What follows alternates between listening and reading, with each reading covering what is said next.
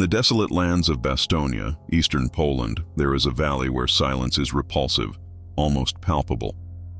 It is said that decades ago, a middle-aged man named Stanisław, adapted here into a curious local artist, decided to venture into the region to paint the somber landscape that everyone avoided.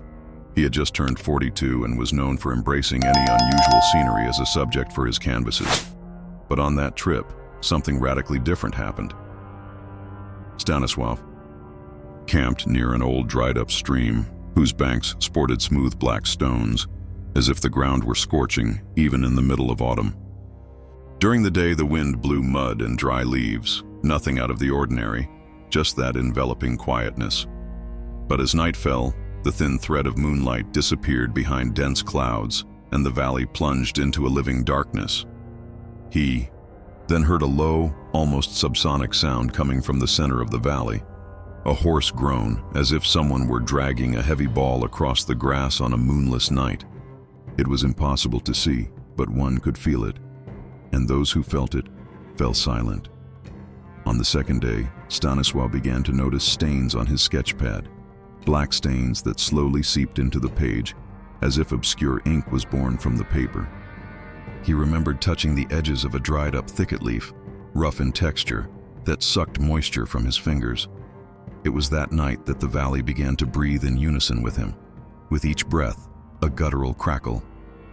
The breathing became uncomfortably synchronized.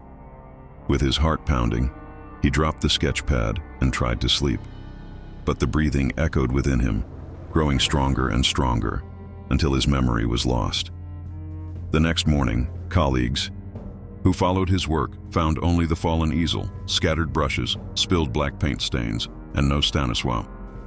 On the ground, 2 regular footprints led to the dry stream and disappeared, as if the earth had swallowed his feet. Months later, a letter arrived at the local museum. The writing was blurred, but the message was very clear. To whoever finds my body, it will be on its knees, head bowed to the cold of dawn, and my face will be just 2 empty holes where my eyes once lived, and silence will embrace me from within. I promise the pages of my notebook will still tremble. To this day, no one has found Stanisław's body, but the letter was dated March 14th, a few days after his disappearance. And few dare to speak about the valley, for they say that if anyone enters its center at night without at least covering their ears, they will feel their own chest being sucked in and hear a cavernous laugh rising from the earth. The only way out, according to villagers, who declare this in hushed tones, is to intone an ancestral chant at the fall of the first drop of dawn and never turn their face back, not even at the end. Otherwise, the earth reveals mouths that open and pull you in to die in eternal silence. For a long time, this account remained restricted. But a few months ago, a new amateur video emerged, filmed by tourists who camped far from there. In the footage, a whisper is heard, "Come here, come here." And in the second cut, it is noted that the camera shakes as someone turns off the flashlight. The voice says, in a deep tone, "I am here." The dry river appears completely dark, and then a dull thud is heard, as if someone had fallen to the bottom of a well, and nothing more. On the channel that released this video, there are comments from people who claim to have seen a shadow passing behind the screen. "A black, formless silhouette trapped at the bottom," wrote one viewer. Another commented, "The only explanation is that something saw me through the screen, and now I feel an emptiness inside me." At the end of that post, the presenter asks, "Who dares to go hear the silence?" Of course, millions said me, but almost no one responded afterward. The link was removed and the channel deleted. And why does that account smell of truth? Because, curiously, births began to have complications in that same region. Women who passed through there during the second trimester of pregnancy reported intense dreams of holes in the dark and a silence that tore them from within. A local doctor, famous for supervising difficult births, made only a cold observation: "Stop these stories. It's just a coincidence." But a video recorded by a new colleague who was assisting a birth showed, in the corner of the room, an indistinct figure, immobile, hunched over, looking directly at the pregnant woman's uterus. When the neonatal light came on, no one was there. Residents left in silence, knowing that only the story and the shadow remained.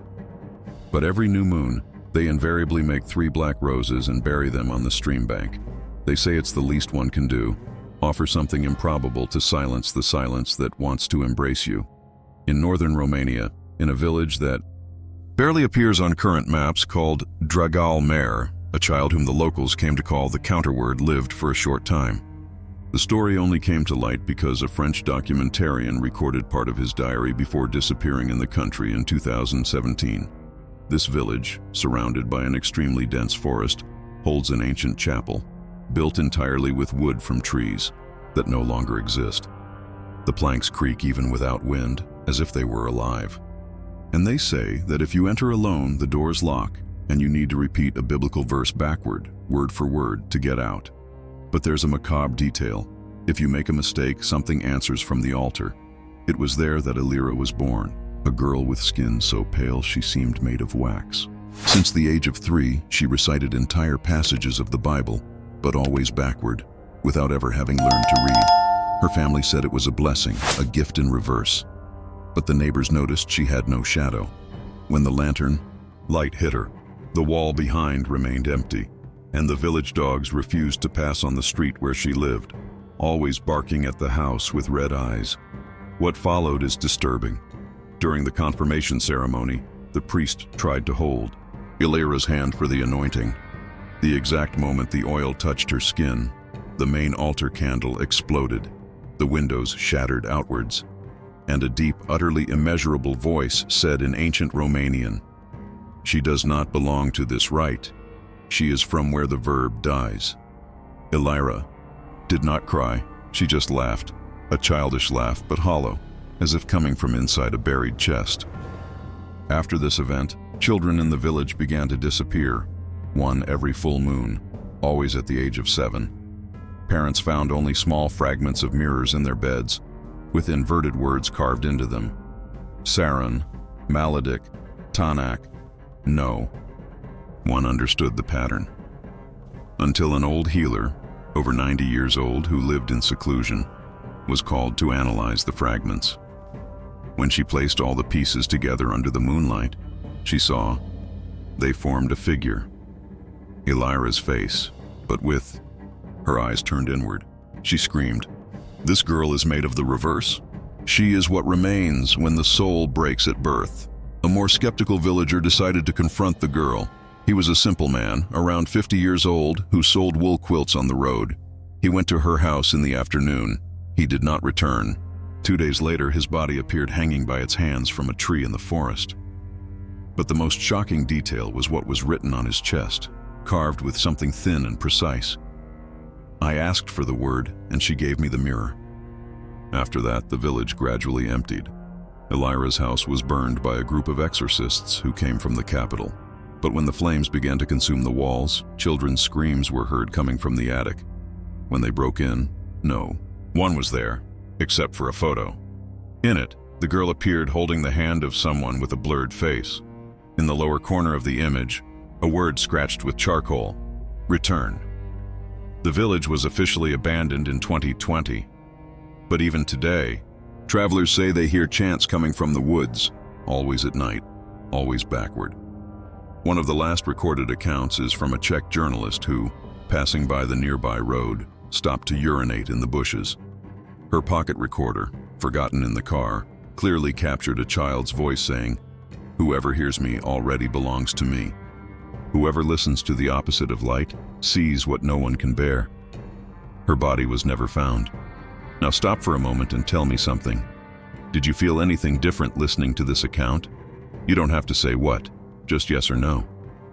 It could be chills, a feeling of being watched, or a specific shiver somewhere on your body. If yes, comment here with the phrase, "I heard it backward." Only those who listen to the end will understand what it means. And if you like these heavy stories, which touch on the real and the impossible, subscribe to the channel now. But only if you have the courage to listen until the end. Because what comes in the next section is worse. Some people don't come back the same after listening. Ready? In the far north of Canada, in a region forgotten by maps and time, there is a small community called Ice Cloud. Winter lasts almost the entire year there, and the forest's silence is so dense it seems to swallow any sound. This village is known for a strange phenomenon: unexplained disappearances of hunters, loggers, and local residents, all leaving no trace, just footprints that vanish into thin air. The story I'm about to tell involves a young man named Tomas, who at 22 decided to spend the winter alone in an old cabin inherited from his grandfather. Tomas was a student of the region's flora and fauna, passionate about photography, and had decided to document the changes in the snow cycle. Before leaving, he left a series of recordings and notes that were never found until 6 months later. What is known is that on the 4th day of his stay, his radio's battery mysteriously failed. Tomas reported hearing distant voices, whispers, that sounded like conversations, but no one responded when he shouted. He said the forest seemed like a living organism, watching him with invisible eyes. In his diary, the last entry read, "Today I heard silence speak. It calls me. It asks me not to try to escape, because no one escapes." That night, Thomas filmed something at the edge of the cabin. The images showed elongated shadows stretching and contracting, as if darkness itself had a life of its own. At one point, the camera captures a figure with glowing eyes appearing quickly behind the trees. Thomas tries to flee, but the image becomes shaky, and an agonizing scream is heard before the video abruptly ends. When rescuers arrived weeks later, they found only the empty cabin, the door ajar, and a trail of footprints disappearing into the ice as if Thomas had been pulled under the frozen earth. Some local residents believe that this part of the forest is inhabited by ancestral spirits, guardians of the ice, who punish those who dare to record their territories. But the darker truth, revealed on an audio tape recovered with Tomas's belongings, is something no one has been able to explain. In this recording, Tomas describes how he heard a very clear whisper, almost a command. Lost in the white, man becomes shadow. Silence is the sentence. And then, amidst a muffled sound, a loud cracking noise, like a bone breaking. Afterward, absolute silence. The village of Ice Cloud has never had visitors again, and to this day, residents avoid talking about the shadow of silence, a being that some swear they see gliding among the trees like black smoke with red eyes, waiting for the next victim to freeze in fear before pulling them into the void. And you, have you ever felt that silence can be scarier than any scream? When was the last time silence truly bothered you? I want to know if you've ever faced such a moment and what you did to deal with it. If you wish, share in the comments a moment when silence became the protagonist of fear. This helps the community understand what terror truly is. If you're still here and want to know what comes next, don't forget to subscribe. The next section will explore something so disturbing it will make you rethink what is real and what is supernatural. Rafnheim is a small village, isolated among rocky fjords and covered in snow for almost the entire year. The community consists of a few families, where everyone knows each other by name, and stories of ghosts and curses are treated as part of daily life. More than legend, a belief that residents carry with dread. The protagonist of this story is Elin, a 26-year-old woman who returned to the village after years of studying psychology in the capital.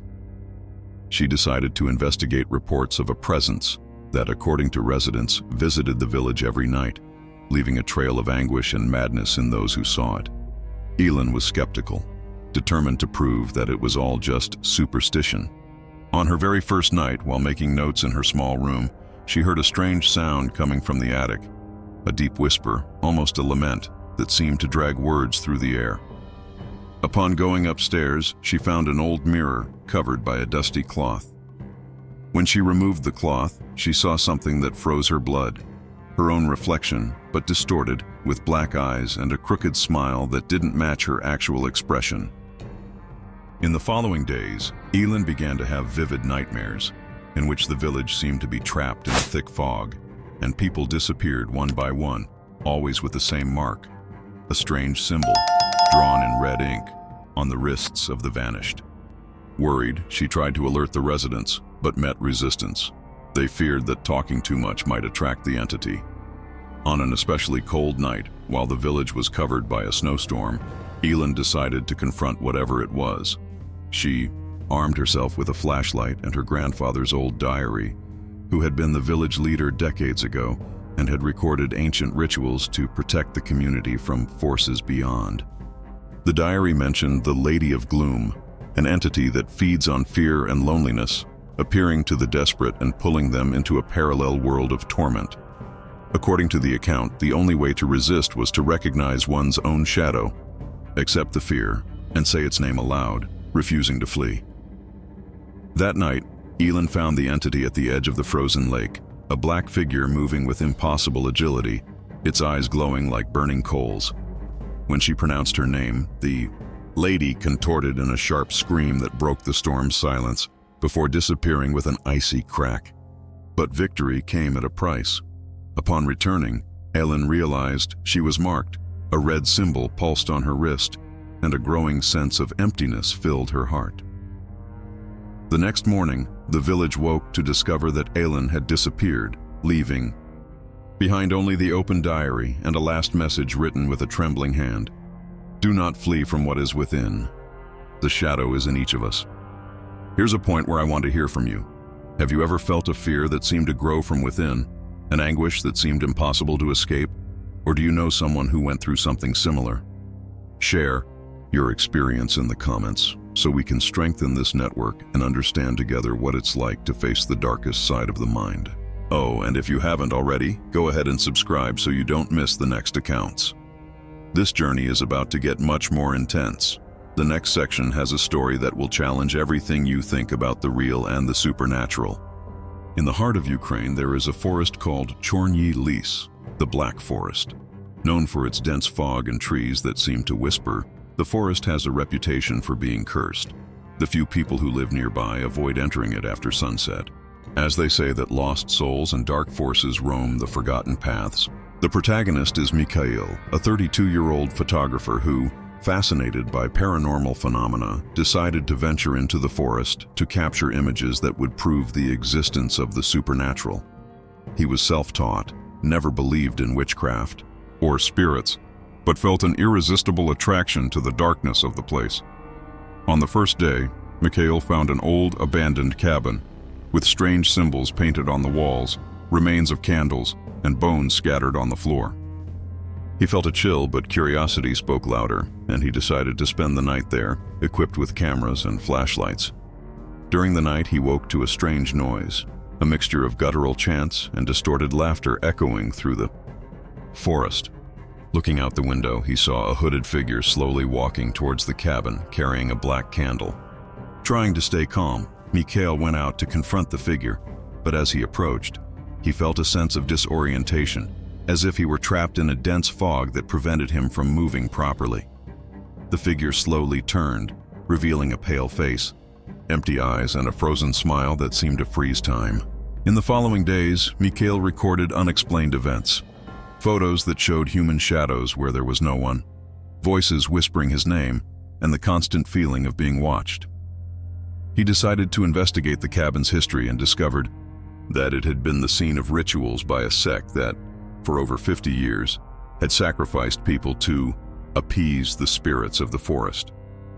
As he delved deeper, Mikhail realized that the sect had not been disbanded and that he was being hunted. On a stormy night, he tried to escape the forest, but felt something grab his ankle, pulling him to the ground. Desperation made him use his camera to illuminate the darkness, revealing dozens of hooded figures around him, their eyes glowing with a demonic red light. He screamed, but no one heard. The last image the camera recorded was a strange symbol, burned in fire, pulsing on the chest of the figure in front of him. The next day, a group of residents found Mikhail's camera, but he was never seen again. The last photo displayed on the viewfinder was a horrifying portrait of his own face, distorted in eternal agony. I hope these stories have affected you as much as they affected me while writing them. If you enjoyed this dark dive, don't forget to subscribe to the channel. This is where we build this strong community, where heavy stories are told and respected. I really want to know what you learned, which accounts touched you the most, and, of course, I want to hear your stories too, because only together can we understand the darkness that surrounds us. Leave your comment, share your story, and let's keep this exchange alive that makes us stronger in the face of the unexplainable. Until next time, and be careful what lurks in the shadows.